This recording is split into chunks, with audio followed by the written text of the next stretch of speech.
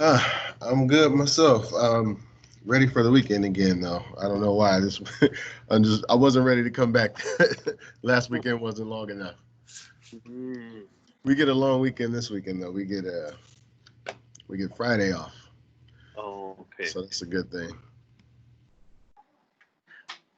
Let's give everybody a moment to get in here. Yes, sir. In between, may I allow to ask a question, sir? Yes, sir. About the exam three, I got a really bad rating, so I was keep on reading the chapters to for the retake. Yesterday, once I opened, there was nothing to write for retake What? exam. 1 second. I can't hear you.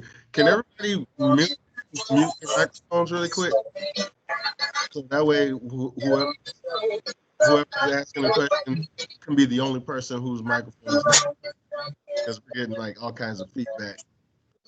So if everybody could mute their microphones, please. Cool. There we go. Okay. What were you saying? No, I'm talking about the exam. Uh,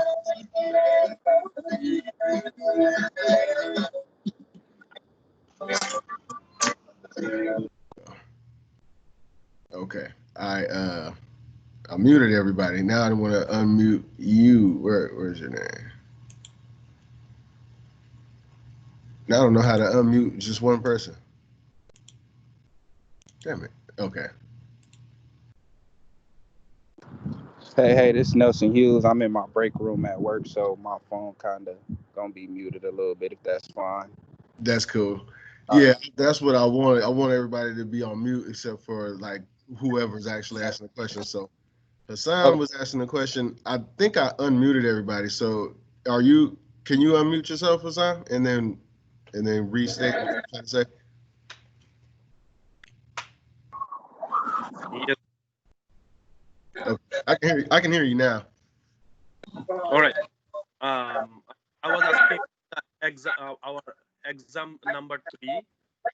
So it was a bad rating for me. So I was planning to retake, and I was keep on study for two chapters regarding like connected with the exam. Yesterday, once I opened FlexiLoad, there was nothing for retake.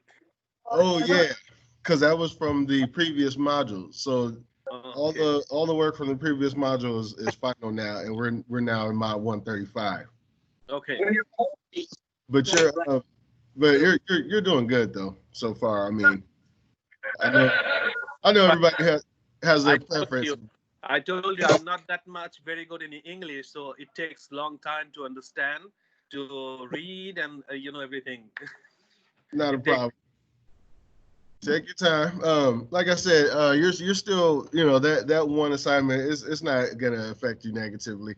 Because it's about just getting them done. You've been getting everything done, and so as long as you keep that going, moving forward, you're good. You're doing good. Thank you so much, sir. No problem. Um, so I wanted to just kind of let everybody get in, but I mean, we're what is it? We're 10 minutes in, so this is the group, I guess. And as they come in, they can just catch on. But so anyways, one of the things I wanted to discuss today was SurveyMonkey. Some of you've been here before from the started last module, so you guys kind of already know how it goes. But I'm gonna go ahead and open it up really quick and just do a quick sample. 1 second.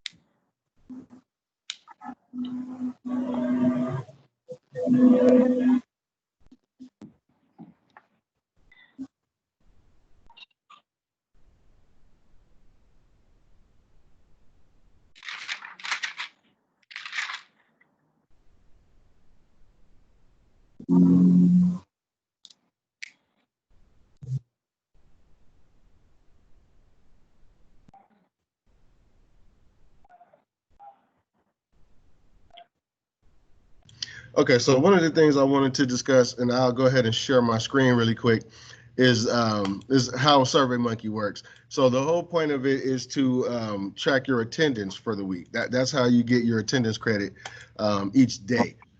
So it used to be a once a week assignment for some, but we've already switched from that. So moving forward, every day you're going to go to not FlexiQuiz, but SurveyMonkey. So you go here, you log in, you put in your student ID, and you put your name. I'm going to just use somebody at random. Let's go with Joseph. Then we put in your campus, which is Gardena. Hit yes. Go to next. So when you go in the first time, and I sent out the tutorial video, so I think everybody had a moment to check it out. So when you look at it the first time, you're going to see these empty question boxes and the empty answer boxes. The questions for us is going to be just key terms. So you'll put a key term here, and then you put its definition in the answer box, and you move down and you do the same thing on the next one. Put the next key term in and put the definition, and you do that for all 10 key terms. Once you're done with that, you click done. You click done a second time, and you're good for the week for that particular assignment. So you do the key terms once a week, and that's how you get your class participation. Let me open up another one so that's how you get your participation and you get your attendance for that day. Once you do the key terms, that's a one-time assignment. The rest of the week, you still gotta log in, you still gotta put your name, your student ID, all the same stuff. And then you just skip all the questions and go straight to done. And then done a second time, and that's it. So that's how you get your daily attendance. So once a week, you have to actually do the key terms. And every week I send out, at the beginning of the week, I always send out the new list of key terms for that week. You do that, that's a once a week assignment, you're done. The rest of the week, you log in, you skip the questions, and you click done. And that's a daily task. That's how you track your attendance for each day. Yeah. So that's what I forget most of the day. Was that? That's what I forgot most of the day. Yeah. So I just something that's it. I forgot to answer the question. Yeah, Do I have again? Can everybody mute themselves?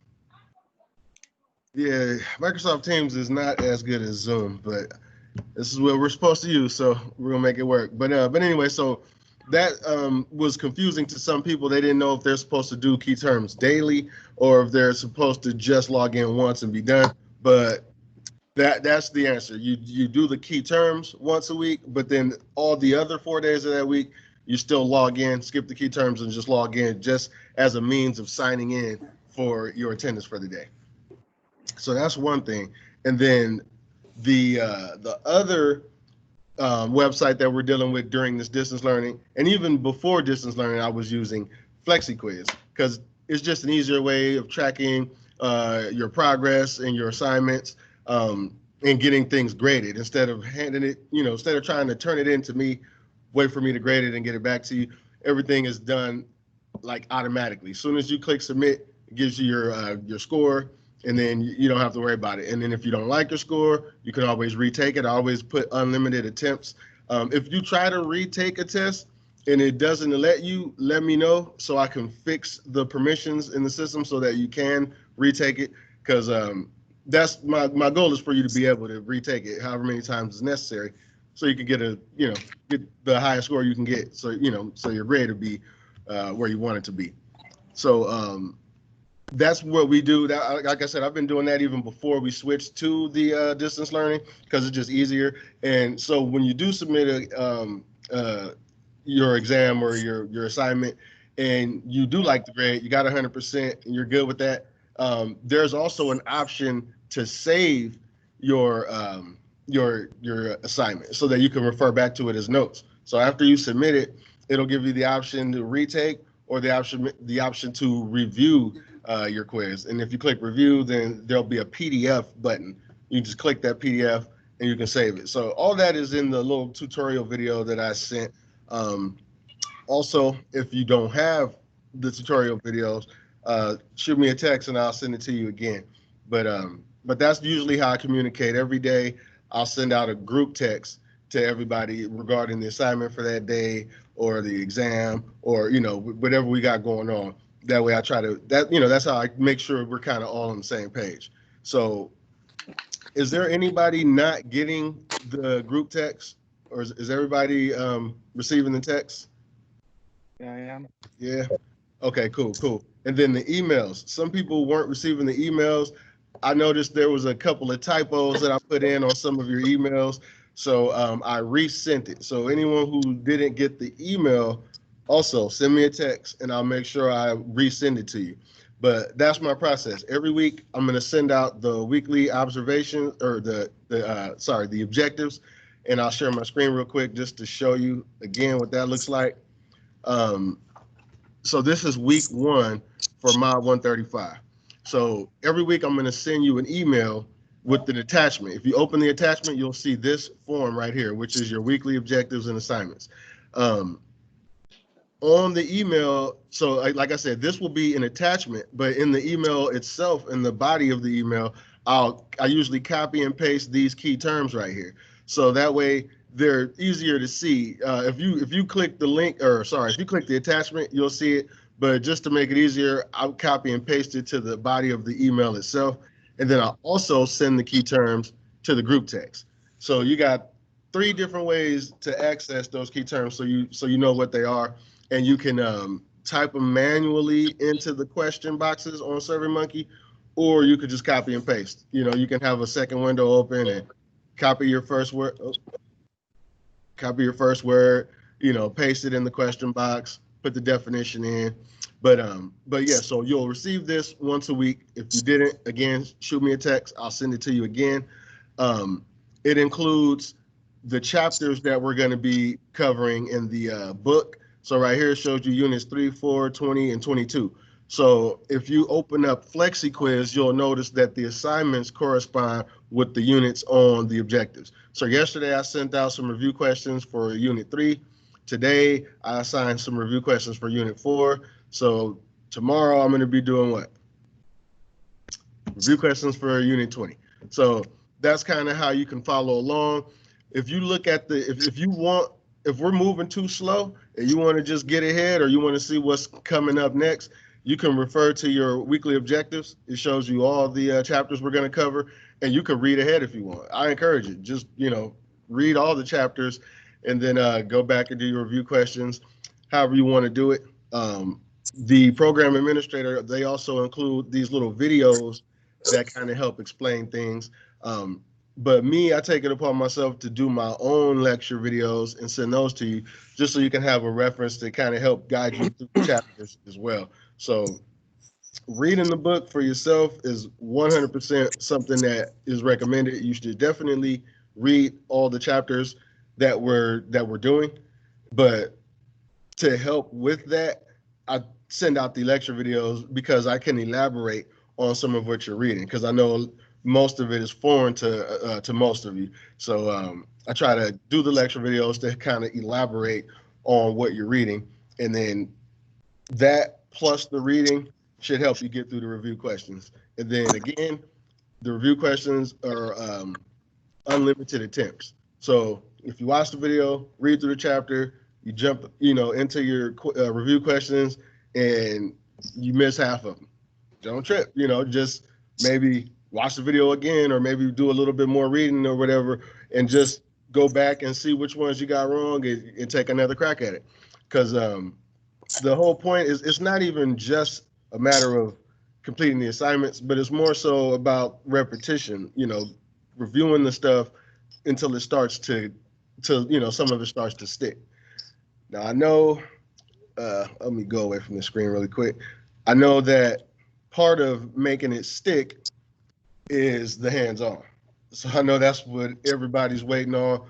That's what I'm waiting on as well, because it's just as rewarding for me as it is for you guys to be in the classroom, because I can see if you're getting it. I can see, when you're struggling, or just by the face expression. Like, that's kind of what tells me what I need to do. If I'm looking at the faces and they're all like, then I'm gonna go deeper. And then when they go, oh, okay, then that's when I know, we're on the right track. And then we keep going. So not seeing that face to face and seeing those lights come on, that's kind of, it's been hard for me too. So I try to give as much as I can, through the internet, but it's nothing like that up close and personal, hands on. So I wish I could give y'all a date. I don't have one. We're kind of at the mercy of the Department of Health. So the moment they tell us we could, get back on campus, we'll definitely be doing that. It looks like things are going backwards. It's like they opened up the road and now they're closing it again in certain areas.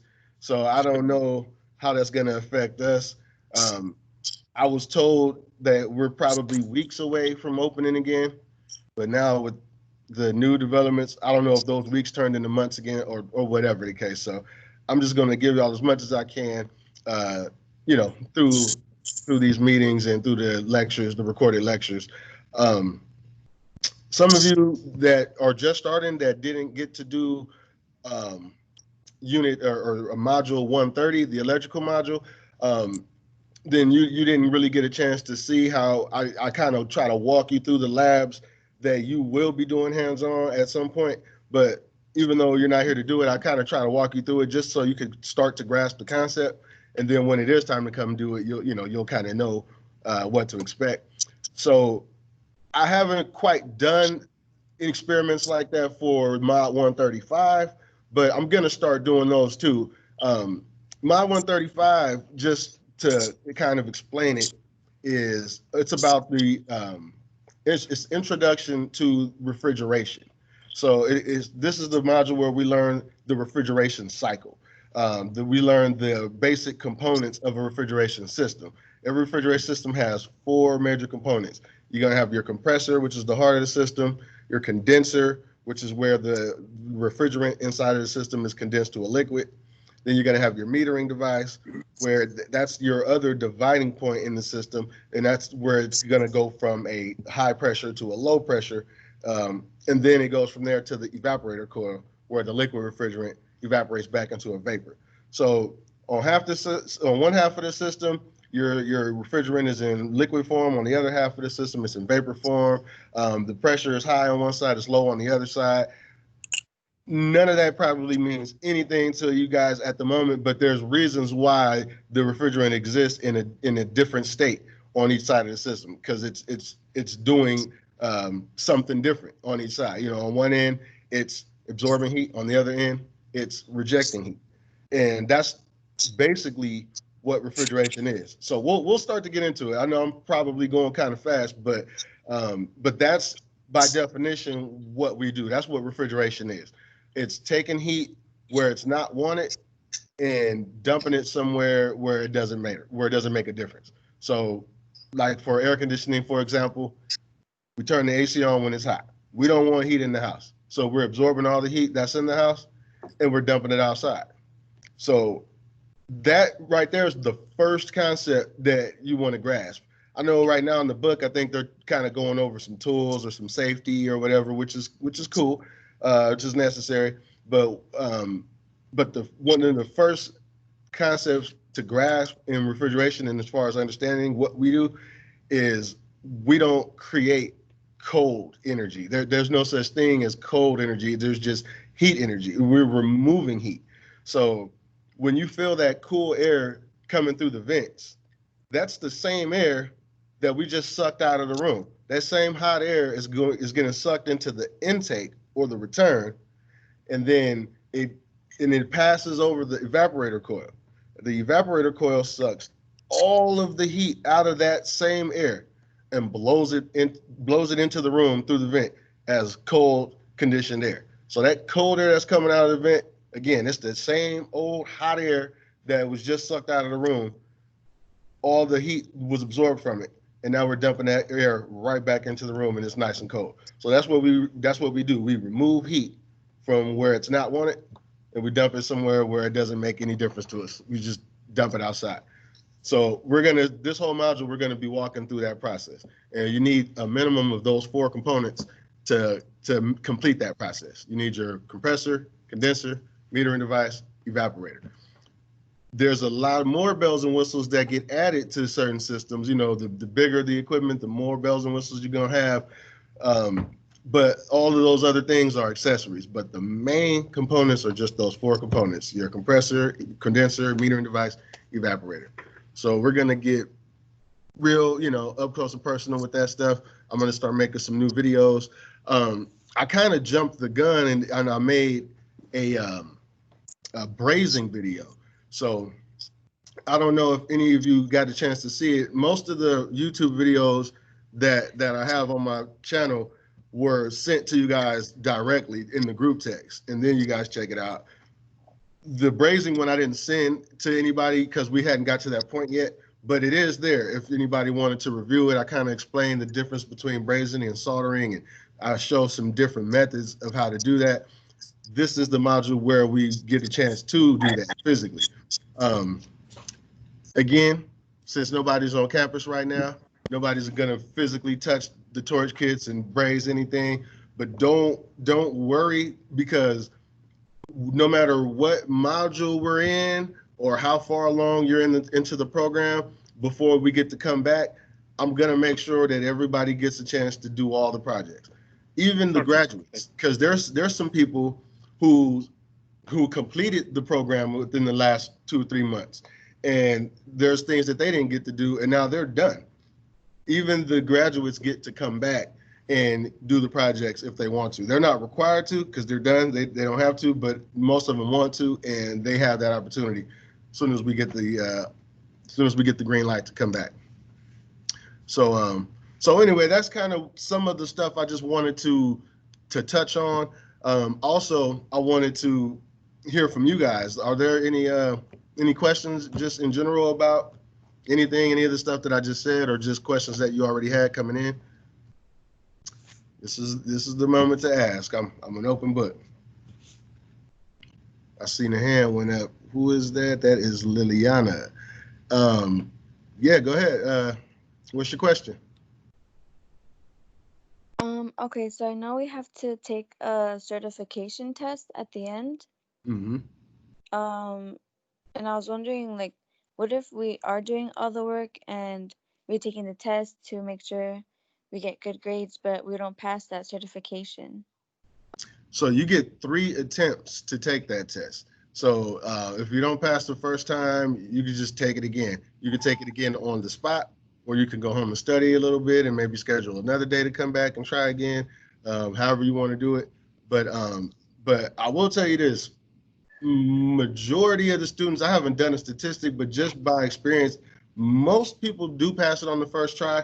But the ones that don't, they still eventually get it. I haven't had one student who failed multiple times and just quit. It's usually once you fail the first time, it actually builds your confidence, because now you kind of know where you stand. Now you know, okay, I know this stuff. I just need to brush up on this stuff. And then also there's a study guide. Let me show you guys what the study guide looks like. I'm not sure if it's in your Kindles at the moment, or if you'll get it when you get to Mod 165. But there's a study guide. Let me just pull it up. And my point in mentioning the study guide is that I allow you to use your study guide during the test. But that's between us. Is it multiple choice?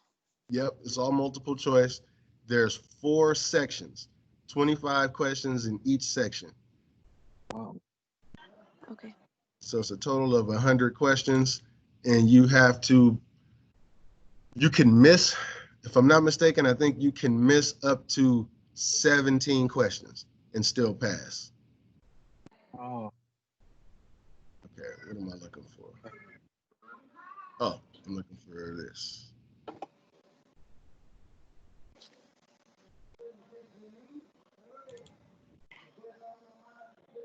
Okay, share my screen real quick. This is your EPA study manual or preparatory manual. Every one of you should have this in your Kindle.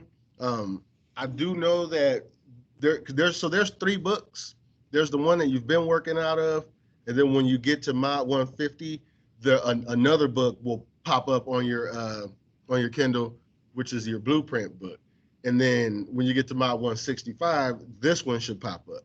But I don't know how it works because some people, they already have it. So you may or may not have this in your Kindle, but at least by the time you get to Mod 165, it should pop up. If not, let me know and we'll get to the bottom of it. But this here, everyone should have. Also, I've emailed this to people who didn't have it or people who've lost their Kindle or whatever. So yeah, so when we get to that point, you could just let me know and I'll get it to you one way or another. But that's your manual. I've even printed them out physically for students and they'll use them as notes while they take the test. But you'll pass. If you want to pass, you're gonna pass. You just gotta, put a little bit of time in and study and then just come knock it out. And you guys help us get into jobs as well, right? Yep, that's what we have a whole department for that. That's what the career services department is here for. They help you with your resume, they help you with interview skills, they help you with the whole job search. They actually set you up on interviews. And I know a handful of students that's gotten jobs already. I can name a few. I can also name some who they set up for an interview and then they totally blew the interview. So it's, part of what we do, especially being an apprentice and not coming into this industry with a whole bunch of experience, the best thing you can do for yourself is to just have all the other skills. The technical stuff that we're learning in class, they're not expecting you to just be a master at that coming right in. But it's your personal skills, what they call the soft skills. Dressing for the interview. People get the idea that since it's a kind of a labor type of job, that you don't have to show up in professional attire, which is totally false. When you go to an interview, every interview I've ever went on, every single interview, don't care what the job was, shirt, tie, slacks, dress shoes, the whole nine, or as close to that as you can, depending on what you have. I mean, if you don't have a tie, you don't have a tie. But I mean, button up, tuck your shirt in, slacks, ironed, look good, smell good, clean cut. That stuff is important because it's about your, it's about that first impression. It's about your image. If you take the time to look good, smell good, and present yourself professionally, that shows them that you're smart enough to know, how to switch it up in the right arena. You might not look like that on a daily basis, but if you don't know that that's how you're supposed to do an interview, they're going to be like, what else don't you know? You know what I mean? So it's just, it's just about looking the part, playing the part. That's like the first thing. And then your language, just, speaking professionally, being on time. I can't stress that enough. I go to every interview early. If my interview is at 10, then I'm in the parking lot by 9:30, chilling, just making sure I got everything. Okay, I got my ID, I got my resume. All right, cool, I'm ready. By 9:45, I'm going inside because that gives me an extra 15 minutes to fill out whatever paperwork they want to give me. Plus, it's a good impression. They're like, okay, wow, this dude is early. So every single time I do that, I'll show up 30 minutes to an hour early and just chill in the car. And then 15 minutes prior to my appointment, I'm walking in, knocking on the door. Hey, I'm here. Just so they know, I deliberately want them to see that I'm early rather than on time. Because, it just makes a good impression. So little stuff like that is important. I've had 6 students all fail because they didn't take it seriously. I explained, these simple concepts to them, but they still kind of showed up in their street clothes. They didn't really seem, they didn't know how to put on an act. Like, even if you are not having the best day, and even if this ain't even your first choice, you rather work somewhere else, just get through the interview, try to be upbeat, try to be professional, and just get through it. So I had some who kind of blew it. They didn't get jobs, but I got some that did take it seriously. They dressed the part, they looked the part, they went in, they were upbeat, and they sold themselves, and they got jobs. I got 2 students at Sears. Sears is starting them both at 20. One of them is going to be making 22 once he gets his NATE certification, which I'm going to explain in a second. I got a couple students at this resort that our career services department recruits for. It's called Terranea. It's in Rancho Palos Verdes. It's like, is it Palos Verdes? Yeah, it's like on the water. It's like this big 5-star resort, and which is a pretty decent gig because some people don't really like the typical service tech gig where you're in the service van and you're going one place to another. Some people love that because they just like to get outside. They don't want to do the same thing every day. So you'll see different avenues and you'll kind of find your lane. But some people prefer jobs like at that resort, like at Terranea, where you're going to the same place every day. But it's a huge resort and there's plenty of work to keep you busy right there, so you don't have to drive all over the place. And you kind of get your hands-on experience with all kind of stuff. They got, reach-in coolers. They have air conditioning systems. They got walk-in coolers. So at that one facility, you could kind of get a pretty well-rounded experience, in this field. So there's some students there. I got a student at the Marriott. So there's a lot of places. Then there's some small mom and pop AC companies, like local ones like Vader Air or Rusher Air. So they definitely help you with that. And the best thing you can do is help them help you by just being serious. The fact that you asked that, I already know you're going to be one of the ones that's going to take full advantage and it's going to actually work out for you. Some of them, it's almost like they're fighting. It's like, we're trying to get you a job, but every time I try to set you up, you have an excuse why you can't make it, or you do make it. And I had a student who showed up to an interview with his kid and didn't call ahead or something and give some kind of warning, just showed up with his kid and then had to use the bathroom during the interview.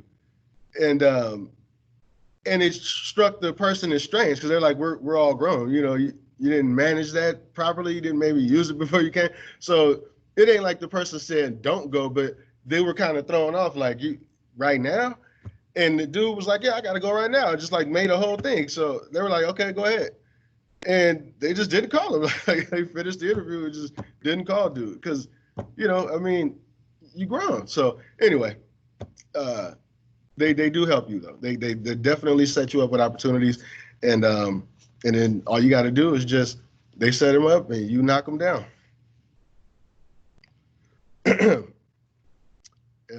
Any other questions about any of that, career services or certifications? Would you recommend even doing like apprenticeship during this time of like still learning? Definitely. If there's a opportunity to do that, because one thing I will say is in this trade, there's not a lot of opportunities that I've seen for like internships or like for like part-time, experience, like just to hold you over. Most companies, and it does exist, but it's not common. Most companies, they want you when you're done. Call me when you got your certifications and you're available full time, because they need people that's available like for a full day. Because if you're helping out with an install, that's an all day, sometimes multiple day project. Or if you're helping out with service, it could be anything from a couple to 10 service calls in one day. Once you're in the van with them, you're stuck. You got to go where they go. So there are opportunities, but they usually want somebody that's available full time, so they can, because they got work to do.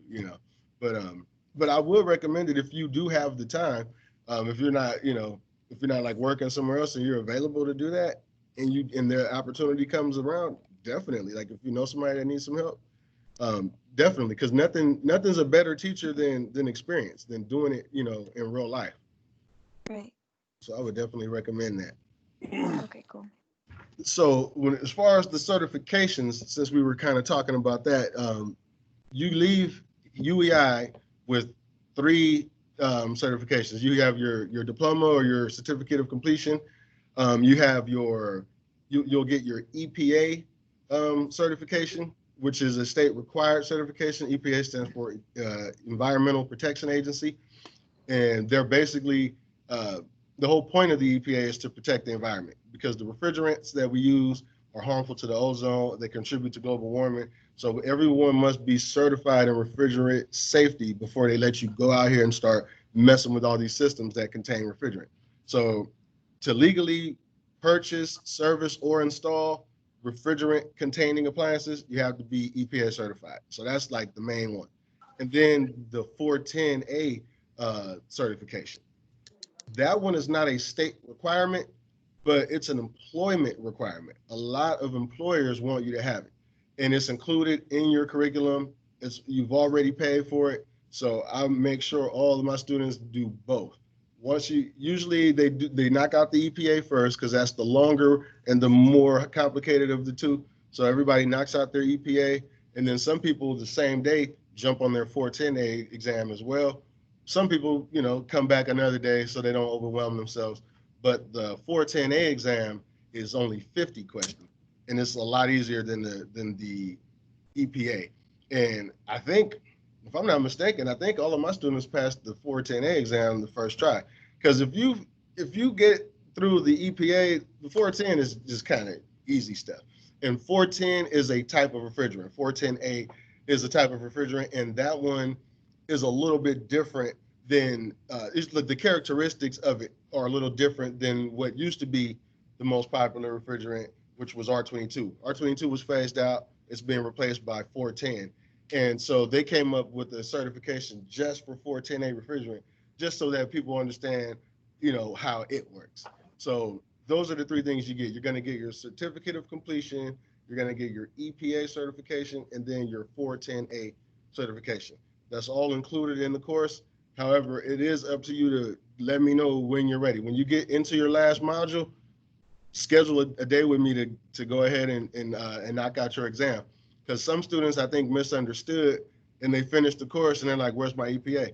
It's like, well, you got to come take the test. So make sure when you get to your last module, that's when you want to start thinking about when you want to take the test.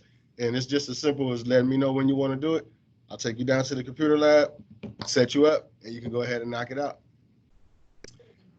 In addition to that, just a little bonus, a Mr. Lucas bonus, something that I offer is NATE training. So NATE stands for North American Technician Excellence. That is a certification that sets you apart from the average. So it's basically like having a master's in air conditioning. So if you go out for a job and you have the same exact experience as someone who's NATE certified, the NATE certified guy is going to have the advantage. The NATE certified tech is the one that's going to get the job, because it not only does it say something about you as a technician, it also adds value to the company. Any company that can say we have NATE certified techs, that's making them look better. So they're gonna want you on their team over someone who doesn't have it, because again, it adds value to their company, and it also indicates that you must know a thing or two about this trade if you were savvy enough to get the certification. So the NATE certification is definitely a bonus. It's something that I promote to all my students. I didn't know about it for a long time in my career. It's fairly new. It's not that new though. It's like more than 10 years old, but I don't know exactly how old, but it's not something that is extremely common. It's not a requirement, even though I hear rumors that it will be at some point, but it's not a requirement. Which actually makes it even more valuable, because somebody who got something just because they had to doesn't really speak a lot about that person's character. But when you have all these extra certifications that you didn't even have to get, that shows character. That shows determination, because it takes a commitment of time and study, to actually accomplish that. So it speaks a lot about you. When that's on your resume, you're definitely at the very least going to get an interview. You're not going to have any problem booking interviews. And as long as you do the other stuff, show up on time, look good, smell good, and don't talk crazy, and use the bathroom before you go, you should have no problem as a NATE certified tech getting a job. So real quick, I want to show you guys what I offer to all my students for free. This is hundreds of dollars worth of game that's coming for free if you want it. So let me see, go here. Boom. Okay. Share my screen. So this right here, these are my NATE training videos. I have NATE air distribution. I have core, because you have to pass the core in order for any of your certifications to be valid. So, excuse me. So you want to study your core first, and then you want to study one of the subjects. So I got heat pump and I got air distribution. And I thought I had air conditioning service and install too. I gotta find it. I know I have it somewhere. So anyways, there's about 18 different certifications that you can get in through the NATE organization. And so this one right here, the reason I'm showing you heat pumps is because this one's a 4-for-1. So it's 2 videos long. I forgot how to open the video. Oh, there it is. Anyway, I'm not gonna go into it. It's a long, boring video. You're not gonna want to watch it, but if you do, you're gonna definitely benefit from it. We'll go ahead and close that. So like I was saying, there's about 18 different subjects you can get certified in, but there's you know, you don't have to get all of them. Me personally, I only have 3. I got air distribution, air conditioning service. I got air distribution install. I have air conditioning install and air conditioning service. And then I never went back to get heat pumps. So that's one that I want to get as well. Also, I want to get gas furnace. But like I said, there's a bunch of them. The reason why I recommend heat pumps is because it's a 4-in-1. So you'll have 4 certifications out the door if you pass the heat pump service.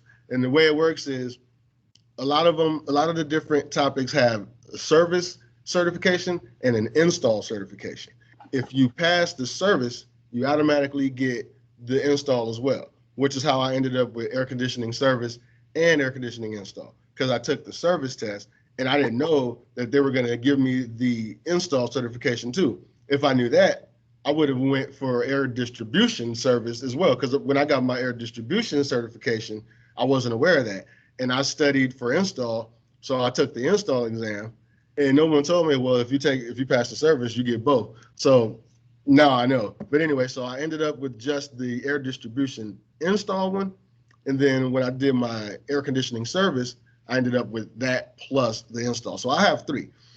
If you pass heat pump service, you automatically get heat pump service and heat pump install. But then you also get air conditioning service and air conditioning install, because all the concepts of air conditioning are included in heat pumps, because heat pumps are a type of air conditioning system. They get you basically on a regular AC system, they're considered gas electric. You get your cooling from the compressor, but you get your heat from the gas furnace. With heat pumps, you get your cooling from the compressor and you get your heating from the compressor. So there's a little bit more going on with heat pumps, but all the same principles regarding air conditioning are still included. So if you get your heat pump certification, it's a 4-in-1. You get heat pump service and install, you get air conditioning service and install. Why is that so cool? Well, obviously you get 4 certifications, but then also you only have to study 1 video series rather than 4. Also, you only have to pay for the exam once rather than 4 times. So it's a huge value, because each exam is like $120. So times 4, what is that? $480. So you're getting a $480 value for $120.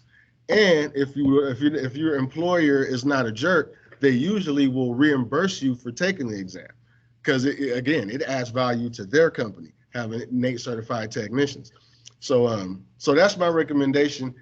When you get done with this, start studying for the NATE.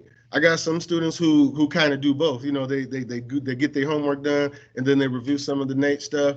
Some people just kind of have it in their back pocket until they get done with school. Some people don't take advantage of it at all. But my recommendation to you is that bring me a flash drive one day, whenever you feel like it, and I will give you those videos for free. They're about 100 and change per video. And I got 3 here, and I should have 4. I'm going to find my air conditioning service one. But if I can't find it, it doesn't matter, because we got heat pump. And like I said, you know, heat pump covers air conditioning too. It's a 4-for-1. So my recommendation would be jump on that first. When you're done with the course, jump on your heat pump cert. That gives you 4, and then come back later and go for, I don't know, gas furnace or something. That's one that I want to get that I just haven't made time for. But I can talk for hours about gas furnaces, so I really should have my gas furnace. I feel like I'm doing myself a disservice because that's kind of one of my specialties. So so anyway, I'll get it. I'll let y'all know when I got it, and I'll be flossing my my new certification on you guys. But when you do get it, you'll get a little ID card if I can find it. Oh, here it is. When you do get it, you'll get a little ID card that looks like that, and then it shows you the different certifications that you got on there. Someone messed up and only put 2 on mine, and then the other one on the back for some reason. I don't know why they're not all listed on the front. I brought it up to somebody at Nate, and they said they're going to send me another one. They still haven't, but whatever. But they're all on there. You just got to flip it over to see the other one. But that has nothing to do with UEI, but it has everything to do with the path of your career when you get out there. So I offer that because one of the things, and I've explained this to some of you that already were, here in the previous module, but I talk about, I say this on repeat, so get used to hearing it. But one of the reasons why I'm passionate about sharing whatever I know with my students is because it took me like about 10 years to accomplish what it could have really only took me a year or 2 to accomplish had I had someone giving me the amount of support that I'm offering. People withhold so much information. They don't want to help you. They don't want to see you, succeed. They don't want you to do better than them, or and it was a very discouraging experience for me for a long time in my career. Like I even walked away from air conditioning more than once because I just got discouraged, because it's already a lot of stuff to try to absorb and perfect, and then you're trying to manage that, and then you're dealing with people that that make your job harder. Everybody doesn't have the same experience. Some of you will get in, it'll be smooth from the start, and you'll just take off. For whatever reason, I didn't have that experience. It was real hard. But I stuck with it, and eventually I got better. I was a lot younger when I started. I started to mature and started to not let certain things get to me. People that were jerks, I just instead of going home and feeling like, oh man, I must really suck, I started to realize like, nah, dude is just a hater. You're doing good with the experience that you have. Keep it moving. If you can't succeed where you are, then start planning your exit. You know what I mean? Just start looking for other gigs. But meanwhile, keep your eye on the prize, because you're not at that company for the people. You're there to add value to yourself as a technician, because you are your career. Your career isn't based at that company. That's just where you happen to be for that moment. But you're the technician. So every single day on every single job at whatever company you're at, all you're doing is getting more experience for yourself. When you leave that company, you don't leave your knowledge with them. That's going with you wherever you go, and that's how you're going to be able to eat anywhere in the world. So keep that in mind when you're working with a bunch of jerks that don't want you to succeed, and get whatever you can get out of it until you don't have to be there no more. So like I said, if you're somewhere good, cool, ride it out for however long you feel like you want to be there. If you're somewhere that sucks, start making your exit strategy, but still focus on the experience, not the people. You know what I mean? Every job that you get stuck on, that you don't really that you have a hard time with, the moment you figure it out, whether you have to call for help, call tech support, or YouTube it, whatever you do, once you figure it out, that's like another feather in your hat. Like now, you're that much more valuable. When you run into it again in the future, you already know how to approach it. So, those are the moments you're looking for. Like, so that's my thing. Every day out there in the field, you're adding value to yourself. And that starts even here in class. Being on distance learning is a little different. Nobody expected to be doing it this way. Some people have checked out. Some people just like, you know what, this ain't what I signed up for, and they totally checked out. But then some people understand this is my avenue to the career I'm trying to have. I'm going to get whatever I can get out of it right now, whether we're in the building, whether we're not in the building, whether the teacher, whether I like the teacher or not. I need to get what I can get out of this and add value to myself as a technician so I can go make some money, because it's a lot of money to be made in this field. And there's a lot of ways to make it. Residential, commercial, industrial, whatever. You can start your own business like I did and do your thing on the side. Or like I said, you can work at one company from start to retirement and live a good life. Just depends on how you want to work it. Where you'll find what avenue works for you. Some people, I got a buddy who just refuses to do service, spent his entire career doing installs, making good money, and he loves it, because doing construction, commercial installs, new construction, you start early, because you all know construction workers, we start at 5:30 in the morning, we're off by 1:30, 2 o'clock, while the service technician might be out there in his van till about 6 o'clock, especially, if it's an emergency service call, he might be out there till midnight. You never know. But installers, the job site closes at 2. You're done. Ain't no emergency install. You know what I mean?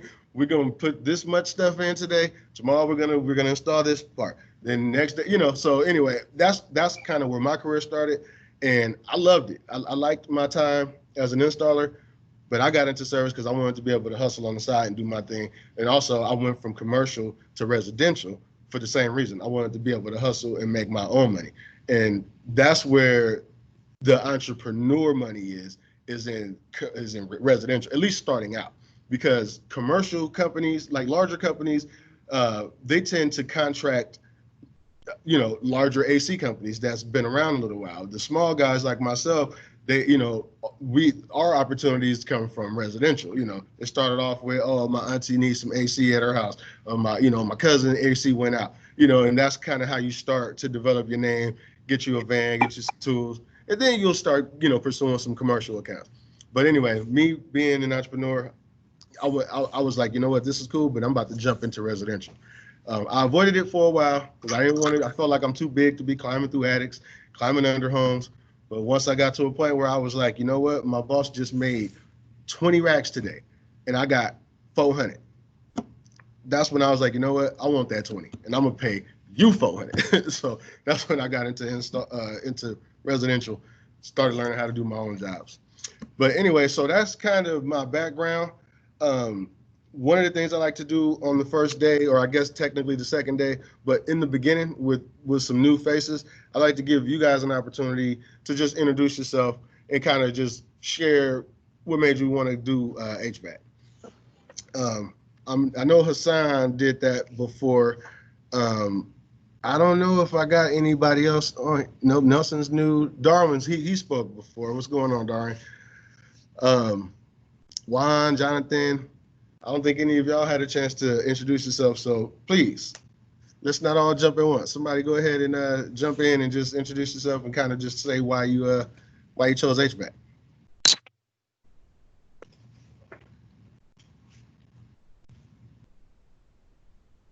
I thought there you go. My name is Jesus Cardenas. I pretty much just it's something I've been trying to try for a long time now, and figure I've been doing the same job over and over. So something new, something fresh, and something better. And just doing it for myself and my daughter. Okay, cool. Cool. Glad to hear it, man. It's a good track to be in. It was life changing for me.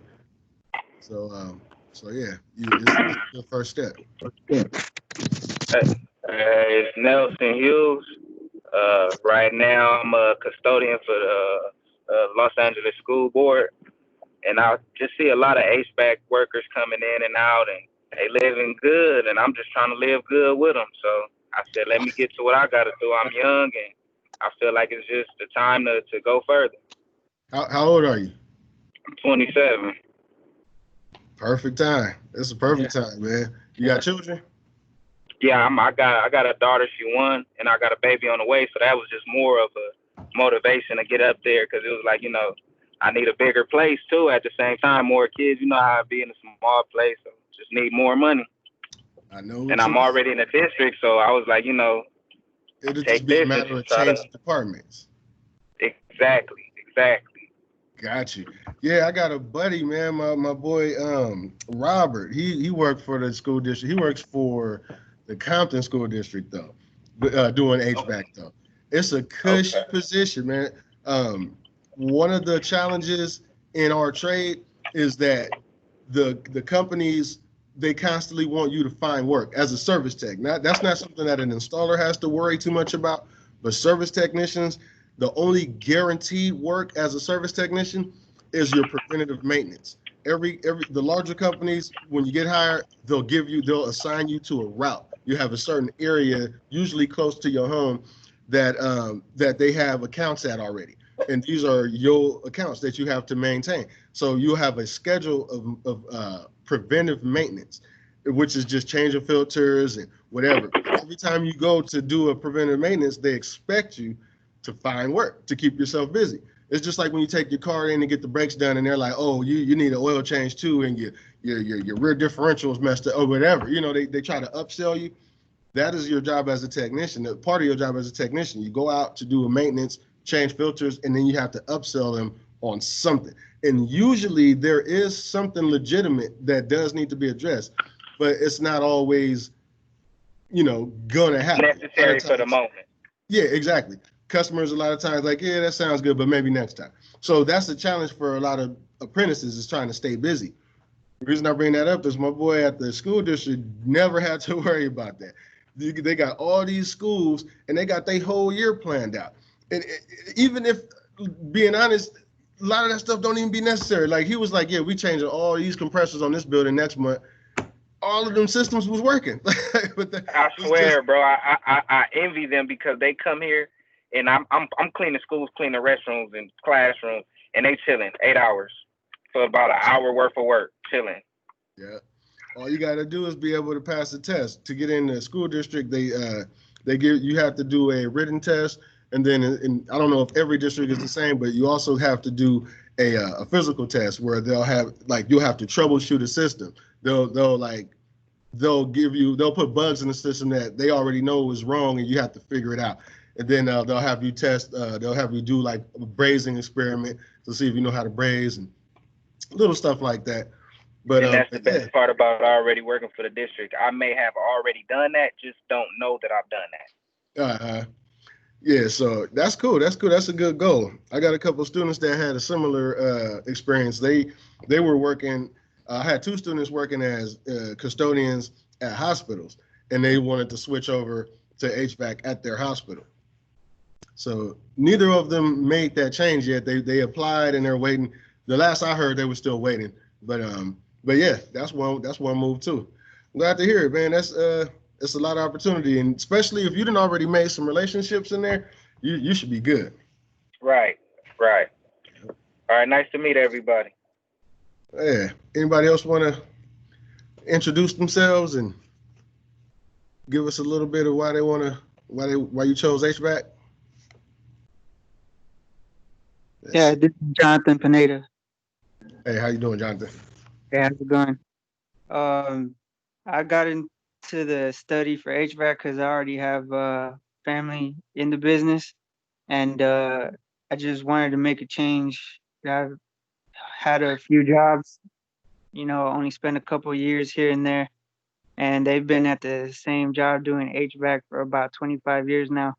So I was looking to do something similar like that, tired of jumping around from job to job and stuff like that.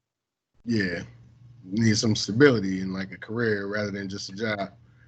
I feel you. Yeah. That's what happened to me as well. I could only ever get warehouse gigs. I never could get, like in high school and everybody was working at the mall or working at McDonald's. They did not want me. I do not know why. Like I can't even get a job at McDonald's. And to this day, I can't tell you why. But I was able to work at the warehouses through the agencies. So that's kind of the only kind of work that I was able to get until I start venturing out and getting into things I ain't had no business doing. And then I was like, okay, let me go in and give me a trade. But yeah, it was life changing for me. It can also lack stability if you don't acquire all the skills necessary to stay busy. And again, I'm not even talking about technical knowledge. You can know everything there is about AC and still find yourself getting laid off because don't nobody like you, or because you ain't never on time, or because you don't know how to fit into the culture at the company. Because wherever you go, there's going to already be a pre-existing culture and ecosystem that you have to be able to fit into and not disrupt. You know what I mean? And basically, you know, there's a certain level of fakeness. Sometimes it ain't fake. Sometimes you get somewhere, you really click with the people and they become your people. But sometimes you don't like nobody there, but they can't know that, or else Right. you won't survive very long there. So I've been in that position for a long time, and I used to find myself getting laid off every time work got slow. Didn't quite know why. Then I decided to change some of my habits. I made it a point to be at the job site before the foreman. When I was doing installs, I'm there before the foreman. So if we start at 5:30 and he usually pull up at like 5:30, 5:40, I'm there at 5. So every single time he pulls up, he already see my car. Or even when I was at a service company and we meet at the office and then we hop in our vans and go out. I made sure I was there before the boss showed up to the shop. So every single time he rolled up, my car is already there. Like he could set his clock to it. You know what I mean? Like that's part of the impression I wanted to leave. And then, you know, amongst other things, you know, I just, I try to catch on, you know, I try to catch on to, again, like I said, to the culture of that office, or, you know, or to that boss. Like I had a boss that was real big on tools. He was always buying the newest gadget that he thought would make his job easier. And so I adapted that habit. Like he'll get a new tool, so then I'll get that tool. You know what I mean? And like you know, when I can, you know, obviously he got the money, but you know, I'll just put it on my tool list. Like, oh, okay, I got to get one of those. And when I get it, I make sure I, you know, slide it in the conversation. Like, oh yeah, look, I went and got me one of the such and such. You know, because I noticed that was something that was important to him. It impressed him, so I made sure I did it. So you know, whatever little stuff you got to do, you know, do it. Don't have a poor attitude, because when it comes down to layoffs, the ones who don't get laid off are the ones that they like. It's usually not even about what you can do. A lot of times, I'm sure everybody in here has heard somebody complain about somebody getting an opportunity over them, and they know more than that person. Everybody's smarter than their boss, or are smarter than everybody at the job site, and they probably not lying a lot of the time. But you still got laid off because they like dude more than they like you for whatever reason. So one thing I had to explain to myself was, if you're not trying to impress nobody, ain't nobody gonna be impressed with you. So I had to lose that attitude, and I had to try to impress him. So I'm like, with that same example, dude, like, you know, he always liked to buy the newest tool. So I knew that was an easy way to impress him. So I started always having the newest tool. Plus, I get to have new tools. Like, so not only did I impress dude, but my toolkit is looking good. Now everybody at the job site want to borrow my stuff. I'm like, nah, you know, you can borrow my old one, but you know, so That's easier. yeah, so you know, stuff like that is what is how you really survive. The technical knowledge, that's what adds value to you, but your survival at that company while you're there, it depends on more than just what you know. You got to impress the boss. You got to fit in with the people to the best of your ability. And again, some situations are going to be impossible, and that's when you just maintain your integrity, start making your exit plan, and just, you know, and just get through it, you know, until you get that next gig. But that's when I started practicing that stuff, I stopped having to worry about work. I don't get laid off. Even right now, I'm sitting in front of you on this computer while half the teachers are on furlough. You know what I mean? I could have been on furlough too, but they like me in here. So I'm still rolling.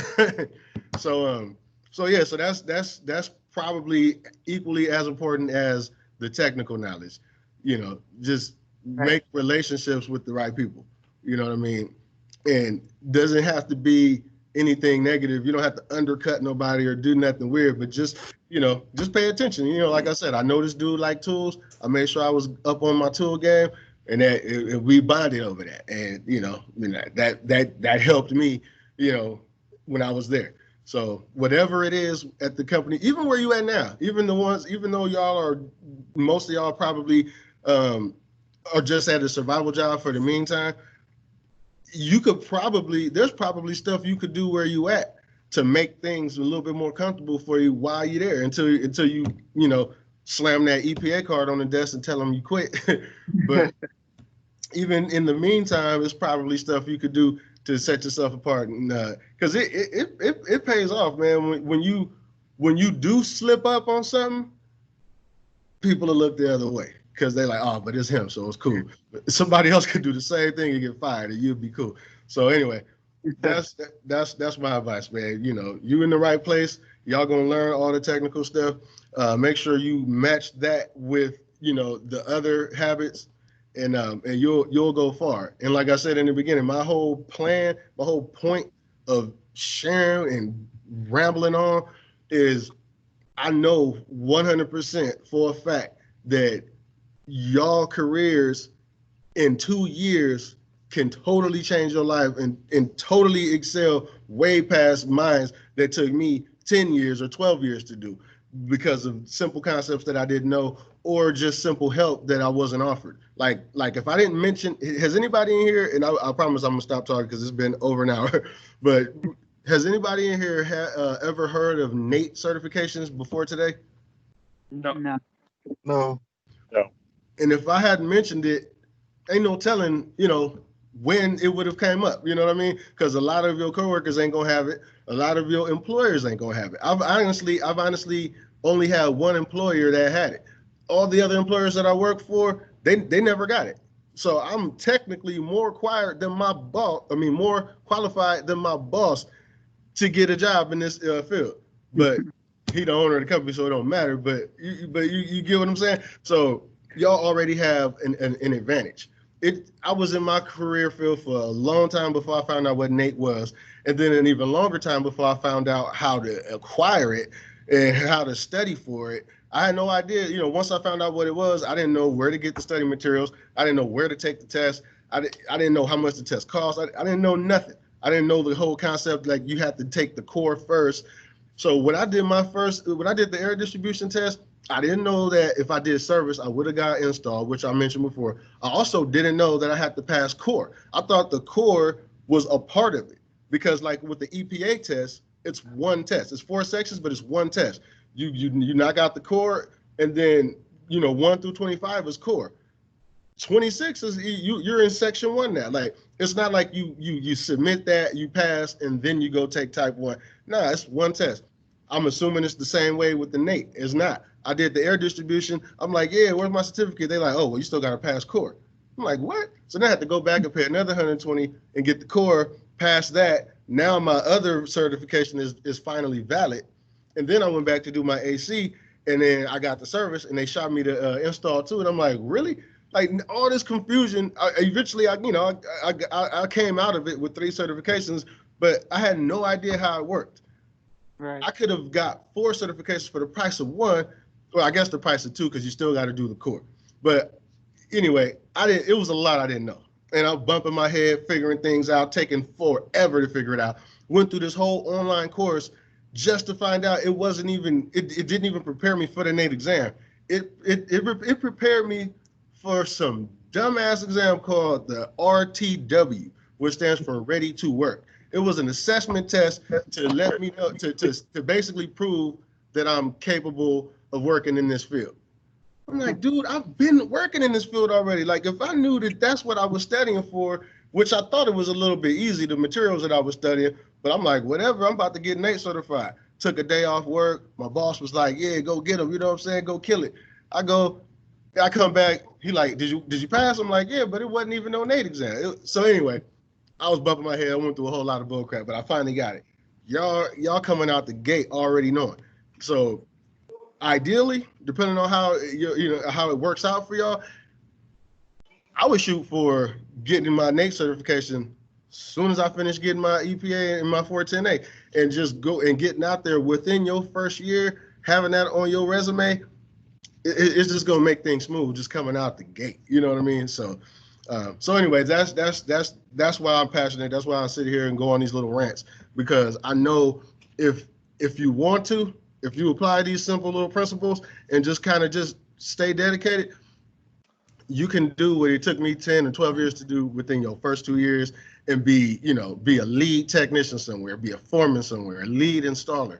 I used to not value those positions. I used to hate on people with those positions. I never thought I was a hater though. I was just like, man, I don't want to do that. Like, why I want to be in charge of all these people for it and everybody coming to me with their problems? Because I get paid more. That's why. You know what I mean? Like, you not only do you get paid more, opportunities come to you. If you go to a job site and you looking for the top dog to give an opportunity to, you're gonna go to the dude in charge. You're not gonna be like, hey, who's the newest dude here? Or who's the helper? Who been helping for 20 years and ain't moved up yet? Because I want to see if I can get him to come work for me. Like, ain't nobody doing that. All the opportunities is going straight to the top of the line dudes. So that's what you want to be. You don't want to be the lead tech because of your ego. And that's what I had to learn, because I'm not one of them type of dudes that got an ego like that. Like, I don't care about being in charge until I started realizing, wait, being in charge is where all the opportunity is. That's when I decided, okay, I want to be in charge now. Some dudes is backwards. They just want to be the lead tech for bragging rights. Nah, I wanted to do that because of opportunity. And once I got that, like I said, I didn't have to worry about nothing no more. I didn't have to worry about, staying busy all year. I didn't have to worry about layoffs. I've been cool ever since then. And again, it took me a while to get to that point. Y'all can start at that point. So that's what you get with me. So any questions? Yeah, today's classes has inspired me to carry on, move forward. Yeah. I'm glad. I know with you there's kind of a language barrier. So, but don't let that discourage you, man. I mean, just the few conversations we had, you're a lot further along than some Trip on this. You speak better English than some of the dudes that I've worked for. Not even worked with, worked for. Like, I've had foremen. I had a foreman named Henry. He could barely speak English, but he knew this stuff. But he had some issues, so he couldn't really excel. He had like some documentation issues, so he couldn't really move up the ladder the way he should, because he really should have been running that company. But anyway, I said all that to say, the language barrier didn't stop him. No, he was still making good money. He was still, the foreman, and I learned a lot from him. It took a while to learn to understand him, but anyway, there's a lot of opportunity out there, man, and y'all already off to the right start. So I know today's lecture didn't have nothing to do with chapter 3 and 4, but I think I sent a pre-recorded video about those chapters. So yeah, unless there's any other questions, y'all enjoy y'all day, and I'll see y'all on the next one. I'll send out a text when I do another live meeting, and I'll try to do some like I did with the electrical experiments. I'm gonna do some for the refrigeration ones as well, so you can see how that stuff works. So all right, sir. I'll send out the link when it's time. All right. Thank you, sir. Stay safe. All right, y'all too. Talk to y'all later. Thank you. Bye. Thank you. Bye. All right, thank you.